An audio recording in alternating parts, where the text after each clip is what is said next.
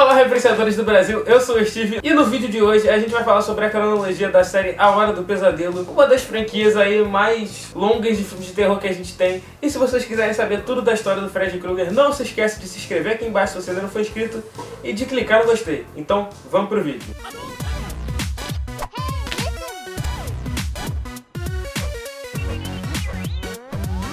A gente começa em 1984 com um filme dirigido por Wes Craven, A Hora do Pesadelo, que traz um grupo de jovens que está sendo perseguidos por esse cara que era um assassino de crianças que foi morto pelos pais da região, queimado vivo, e com a ajuda dos demônios dos sonhos ele conseguiu virar aí essa entidade que entra no pesadelo das crianças para continuar a matança dele. Esse é um filme que revolucionou assim, os filmes de terror.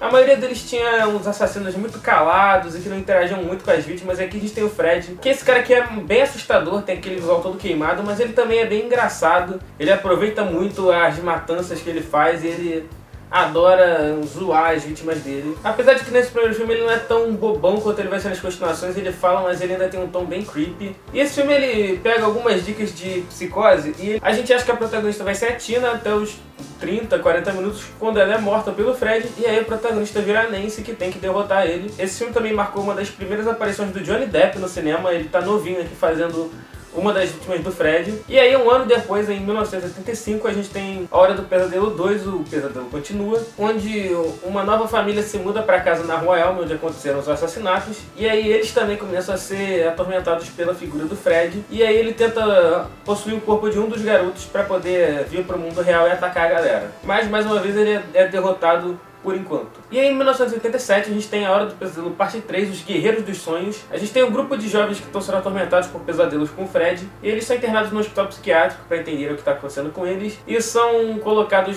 sob o efeito de uma droga que impede eles de terem sonhos e pesadelos. Só que, obviamente, isso não dura muito tempo, e o Fred ele consegue arrumar um jeito de conseguir atacar as crianças, só que, de novo, elas conseguem, dessa vez em grupo, derrotar ele no próprio jogo dele. Como nada nos filmes de terror é pra sempre, o Fred vai acabar voltando. Depois dos Guerreiros dos Sonhos, a gente tem a parte 4, A Hora do Pesadelo, Mestre dos Sonhos, onde o Fred ele se vinga, mata todo mundo da Rua Elm, e ele usa uma menina chamada Alice para conseguir atrair outras pessoas para o mundo dos sonhos, para ele poder matar mais gente. E aí ela tem que ter um embate com ele para não deixar que ele consiga matar mais pessoas e derrotá-lo de uma vez por todas. E aí, um ano depois, a gente tem a parte 5, que é o maior horror de Fred, onde a Alice ela acredita que derrotou o Fred e vai poder seguir a vida dela com o Dan, que é o marido dela e tal.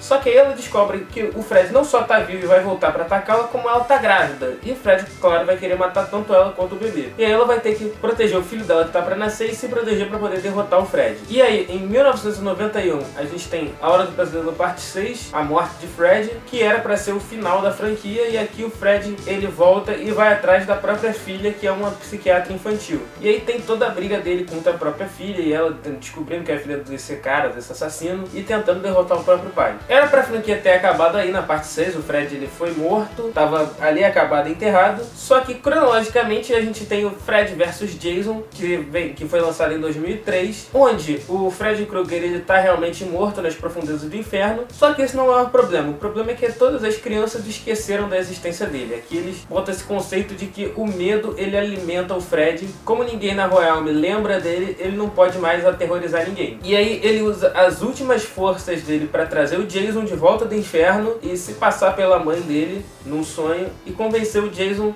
a matar as crianças na Rua Elm. O problema é que o Jason ele não consegue parar, então ele mata uma galera. As pessoas acham que, como tá tendo assassinatos ali, foram cometidos pelo Fred, o medo volta e o Fred consegue ter força pra matar mais gente. Só que agora o Jason tá matando todo mundo descontrolado e não tem ninguém pro Fred matar. Aí o Fred vai tentar parar o Jason antes que ele mate todo mundo e não deixe ninguém pro Fred. Aí fica essa briga de vilão contra vilão, enquanto tem uma garotada ali na Rua Elm tentando descobrir o que aconteceu e tentando usar o Jason para poder derrotar o Fred de uma vez por todas e devolver o Jason para o lugar de origem dele, que é o acampamento Crystal Lake, para ele poder descansar. Esse foi um filme bem surtado, porém bem legal. A parte onde Fred e Jason lutam realmente são as melhores coisas do filme.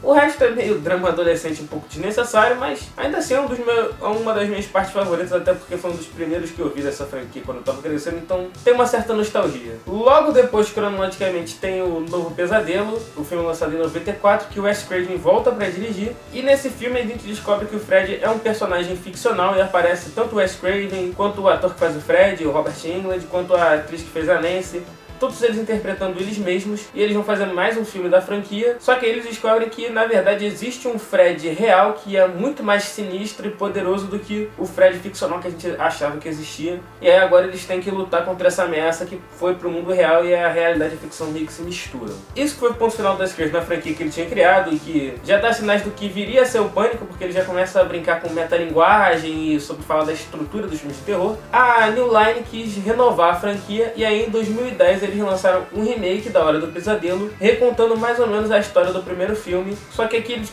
tentam deixar um pouco na dúvida se o Fred dessa cronologia ele realmente era culpado de ter molestado das crianças ou se os pais cometeram um erro e mataram uma pessoa inocente, por isso que o espírito dele está tentando se vingar. Só que o filme ele tira muito do que tornava o Fred diferente, dele mais falastrão e com mais um senso cômico pervertido e perturbado, e focam mais no Fred caladão e com voz grossa e que tenta ser assustador, e muitos jumpscares bem previsíveis. Por isso o filme não foi muito bem recebido pela crítica e não tem muitos planos de nenhum novo capítulo na franquia da Hora do Pesadelo por um bom tempo. Então esse foi o último filme lançado, que é essa tentativa de remake que infelizmente não deu muito certo. Então é isso, galera, essa é a franquia Hora do Pesadelo. Espero que tenha dado pra entender mais ou menos como é que os filmes se encaixam. Se vocês gostaram, não se esqueça de deixar o seu gostei aqui embaixo, se inscrever no canal se você ainda não for inscrito, clicar no sininho para receber as notificações e seguir a gente nas nossas redes sociais. E é isso, fica com essa referência.